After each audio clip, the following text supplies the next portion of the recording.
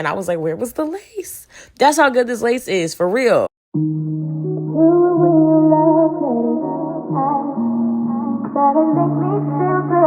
What's up, guys? Welcome to my channel. XOXO Sheba here. If you're new to my channel, hello and welcome. And if you're an OG subscriber, what's good? Welcome back. As soon as I saw this one drop, I had to pick her up. This is Outre Everette from the Perfect Hairline collection. It reminds me a lot of Julianne 24 and the niches and all of those kind of units. So if you like a textured unit, you're gonna like this one. So if you want to hear my thoughts on all the pros and cons while I install this unit, keep on watching. And don't forget to like, comment, and subscribe while you at it too. Okay, so let's get into Outre Everette. This is a 13x6 frontal that is 26 inches long. So it's big and glamorous, as you can tell. It's on the thick side. They don't give you a density, but I mean, you can see it. It is transparent lace, by the way. The same kind of transparent lace that they always do with a slight tint to it. Love how they do their transparent lace, honestly. But I did tint this up a little bit to match my skin tone using some excess foundation. And we'll get into, you know, more of that in the video because there is a little bit more to that. But yeah, so what I really liked with this unit was that even with the elastic band on, the head size fit me. I struggle with that a lot of times with wigs. Once I use an elastic band, it takes the wig too far back on my head and doesn't cover me fully anymore. But this one, all the way right. Like, I can definitely wear this glueless, and you'll see some of that too. I can't talk. You'll see some of that within this video. So y'all, let me tell y'all how amazing this lace looks. I was putting this footage together and I was not looking close enough, and I was like, oh no, this is after I cut the lace. Where's the footage before I cut the lace?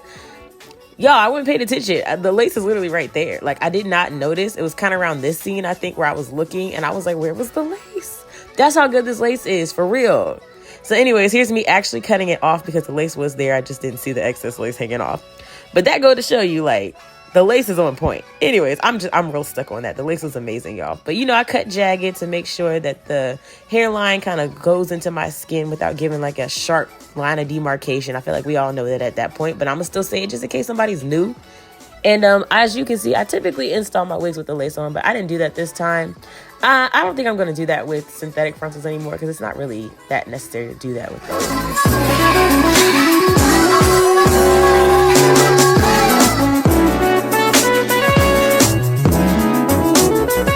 So I picked up a new lace tint in a foam version from Nika P. Slay.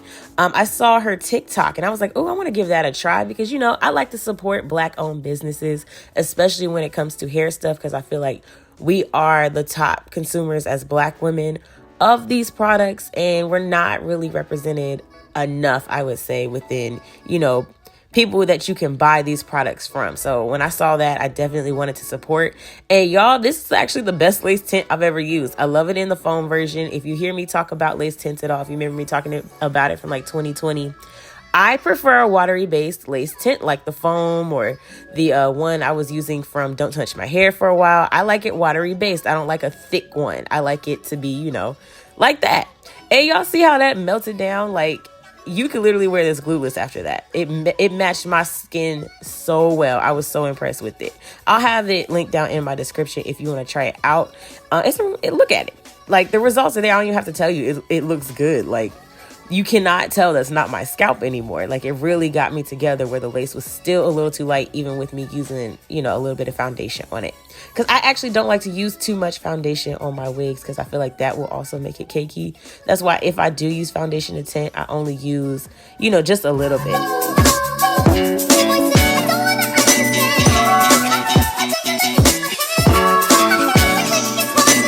After I finished installing the wig, then I went ahead and put the makeup back on my forehead and a little bit on the lace again, just to make sure it's like all on the same accord, same color. Y'all, this unit is gorgeous, but she is a tangler like no other at that. Like, she has been tangling since I got her out the pack. At first, I was putting it on the shedding, you know, I was putting it on me, but nah, I've been wearing this wig for a few days now, and she's just a tangler. Like, that's her con. She doesn't have many. That might be the only one, but it's apparent. Homegirl is a tangler. Like, I was going to put this up for sale after my review, but it just took so much detangling, and I wasn't detangling it properly because I couldn't find my wig brush. So the ends are a little messed up now. So I was like, I'll just keep her because I like recording with this wig anyway. But this is actually a few days later because I lost the end footage that I originally had. But now you get a little update because y'all be asking me, how did the wig hold up? Well, this is, I would say, about 3 uses in. And this is how she still looks. Still a tangler for sure, but she's pretty. Look at her. The girls that get it. I love the fullness of it. It just looks amazing. Like I said, the only con is the tangling for me. Everything else is just on point and perfect, especially the head size. So thank you guys so much for watching, and I'll see you guys in my next video. Bye.